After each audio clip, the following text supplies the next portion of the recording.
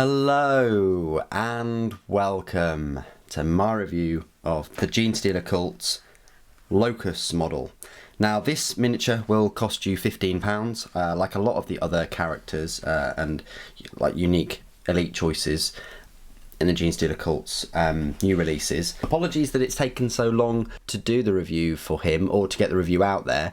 If you've seen my unboxing of the new releases a couple of weeks ago, you'll have seen that I received two Sanctuses in the post instead of a Sanctus and a Locus, which is what I ordered. Anyway, I eventually got the Locus model, and by now I've probably announced the winner for the Sanctus miniature, which I've given away on the channel for free. Apologies if you've missed your chance to win that model.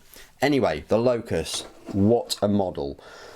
Really big fan. Quite tricky to put together, I'll have to say that.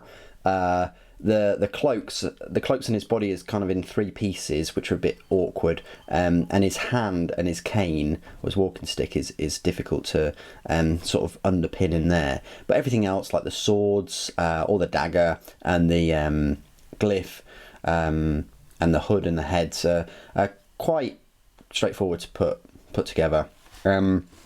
He's got a lot of detail on him.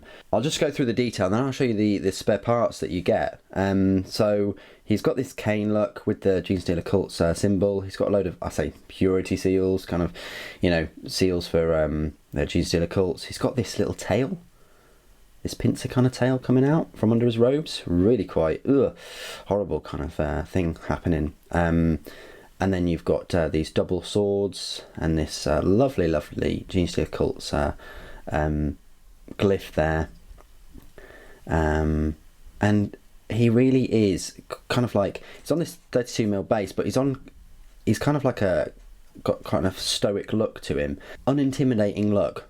You know, there's this little tail that's creeping underneath. Yes, he's got two swords on his back, but he's a hooded character, but he is mental in close combat, and I'll go through his rules a little bit later on in the review. So the spare parts that I was talking about are here. Now you get three in total, three different heads. So you get this one here, which has got his mouth kind of covered up with a smooth bald head. You get this head here, which is the one that you've probably seen online, and when I did a preview, it's got like 3 scratch marks on there. Maybe it's been scratched by a familiar or a Genestealer, I'm not sure, but either way you've got those two. Now the only problem with these two is if you want to use these two heads, you can't have him completely hooded up. You have to use this little extra, which is his hood kind of down.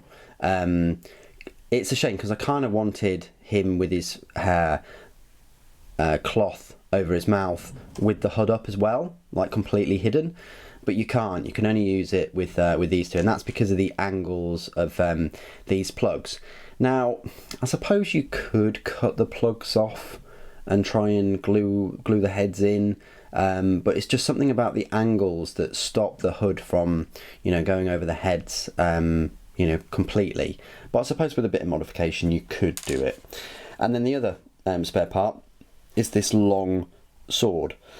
Now it doesn't really matter in game terms whether you want to have the long sword on his back or these two blades. Doesn't make much difference at all. He's armed with Locus Blades and a hypermorph tail, so whether these are the Locus Blades or whether this is a Locus Blade, don't make much difference. It doesn't affect what he's armed with, sort of rules wise. Another thing I will say is mould lines aren't too bad, but he does suffer from a lot of the plastic miniatures that have cloaks, which is cloak mould line syndrome, whereby any miniatures with cloaks, even if you sort of glue them as the best you can, they're always going to have like a little bit of a lip on there, so you just have to file it down, and the same there and in there. So just pay attention to that, you know, before you spray the model, because you don't want to be left with that afterwards. Okay, let's do some size comparisons then. So I'll just show you some size comparisons with the other Genestealer Cults models first of all. So here's the Sanctus. As you can see, the Sanctus is, you know, a fair bit smaller, but again, another hooded character. They're both on the same size base, but the Sanctus has this familiar. In a way, you're getting a lot for that £15 for the Sanctus model. In my opinion, you're getting a fully fledged, you're getting quite a nice scenic base with this extra familiar on a pipe, and you getting the Sanctus himself with a choice of weapon options. Whereas the Locus, yeah, okay, you're getting some different heads and, you know, hood up or hood down on a different blade. But yeah, you're definitely getting more with the Sanctus if you want to look at it that way. But the Locus is still a lovely looking model. But that's just for the size comparison. Next to the Clamavus. Clamavus is probably a little bit taller size wise. And then the Magus, which you'll probably have him close by to her, she is taller, but he works quite well with her size wise, because he's got this you know, symbol, this glyph thing. So yeah, they work quite well together, all three of them, I suppose.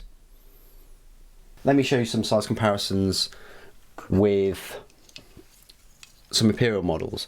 So right here I've got the Space Marine from Space Marine Heroes. Space Marine is, if I lower his feet a little bit, similar sort of height. Maybe the Space Marine's tiny bit bigger. Definitely, obviously, a lot more bulk. And then next to a Primaris Intercessor.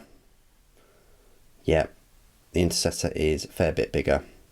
But that just goes to show just how big these Genestealer Cult models are, how tall they are, next to your normal Imperium forces. Okay, so this is my part of the review where I'll go through all of the rules for the Locus model. He is an elite choice. He's really cheap.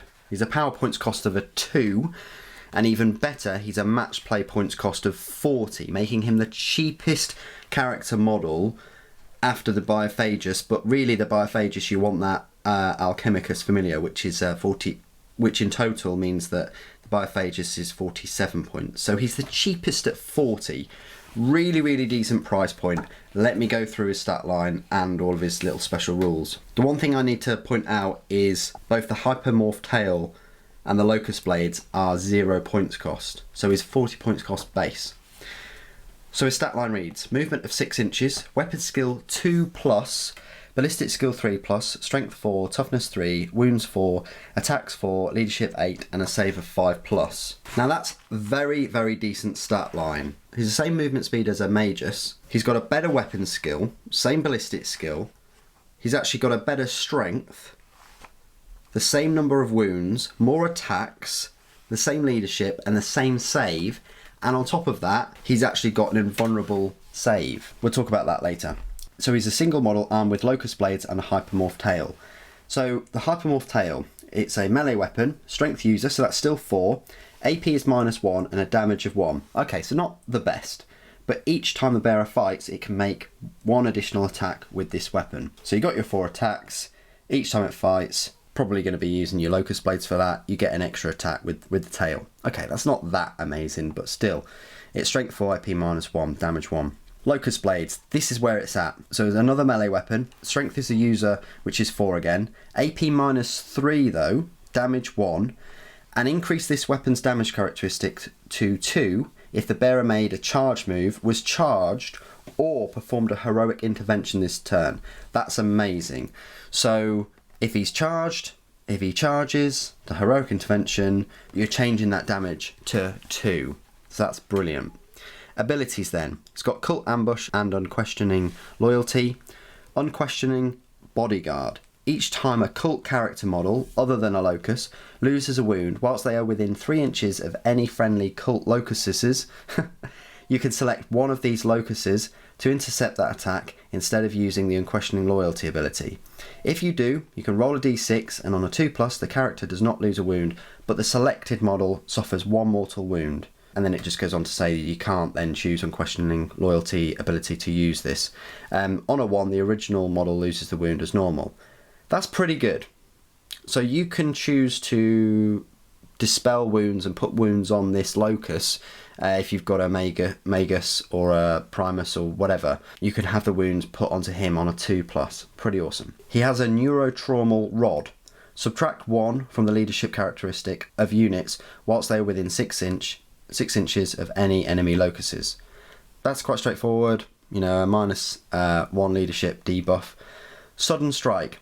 In the charge phase, if this model is within 6 inches of any enemy unit after your opponent has completed all of their charge moves, it can perform a heroic intervention. This model can move up to 6 inches when performing heroic interventions and can choose to move towards the nearest enemy character within 6 inches rather than the nearest enemy model. Pretty good. So within the 6 inches, after charge moves, you can have that heroic intervention. Awesome. Quicksilver Dodge. This just means that he has a 5+ invulnerable save. And then Quicksilver Strike. This model always fights first in the fight phase, even if it did not charge. If the enemy has units that charge or have a similar ability, then alternate choosing units to fight with, starting with the player whose turn it's taking place. That's brilliant. Always strikes first in combat. Keywords: Tyranids, Genestealer Cults, Infantry, Character, and Locus. So there you go. You're getting an awful lot of bang for your buck with this model, both in terms of points value, abilities and stat line. He's a very, very decent unit, very cheap as well, and he's a must buy, a must take if you've got a key important character that isn't particularly good in close combat. He is going to be doing all the work for that character and also going to be taking a few wounds off them. His blades are pretty good, especially with the damage too. He's got a decent number of attacks. He's got that invulnerable save. He's a bit squidgy. I give him that. Yeah, his toughness is only 3. You'll probably be best singling him out with a sniper rifle or something like that. You don't really want to get into close combat with him, so try and shoot him if you can. Obviously that's difficult because he's a character, and your opponent should be ambushing your force anyway with all these Genestealer cults. But still, there are ways to take him out, preferably from range if you can, if your opponent slips up. But, you know, they're Genestealer cults, they're not really going to slip up, are they? Anyway, what do you guys think of the model and the rules? I think he's fantastic. I hope you've enjoyed the review. Thank you for your patience. It's been a long time coming. Thank you ever so much for joining me today. Thank you for watching. For the Norn Queen.